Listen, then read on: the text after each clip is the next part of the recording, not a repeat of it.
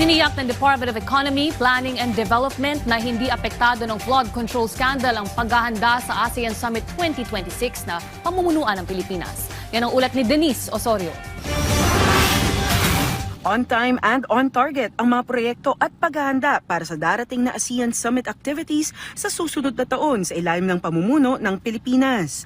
Ayon sa Department of Economy, Planning and Development, hindi nasagasaan ng mga budgetary anomaly issues ang pondong nakalaan para sa travel at logistical projects. Ipinaliwanag rin ni DepDev Secretary Arsenio Balisacan, 2 taon ang preparasyon para sa nasabing event. The ones that are really that have some serious problems are the flood-related projects. No?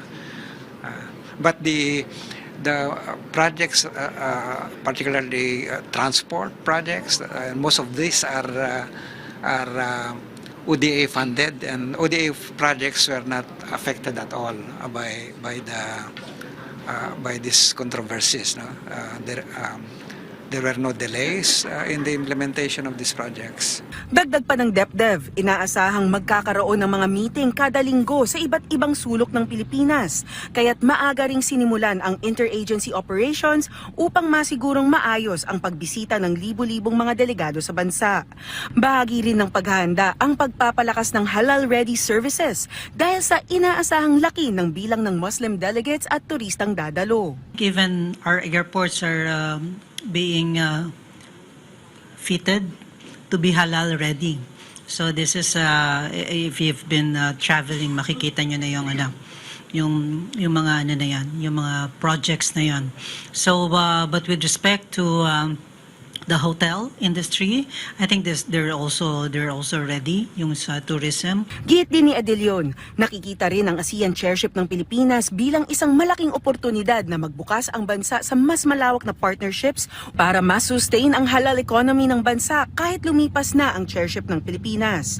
Bukod dito, tinutukan din ang pag-usad o pag-ramp up ng infrastructure spending para matapos ang mga tinatawag na low-hanging projects gaya ng mga road renovations, school building constructions at pag-repair sa mga tulay na matagal nang nangangailangan ng upgrade.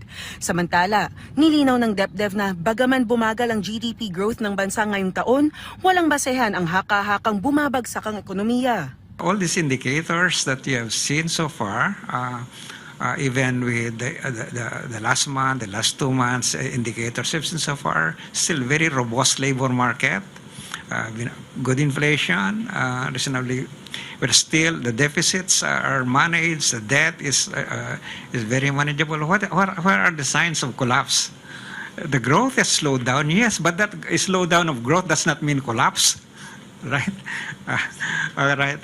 So let's not be carried away by inappropriate description or narrative.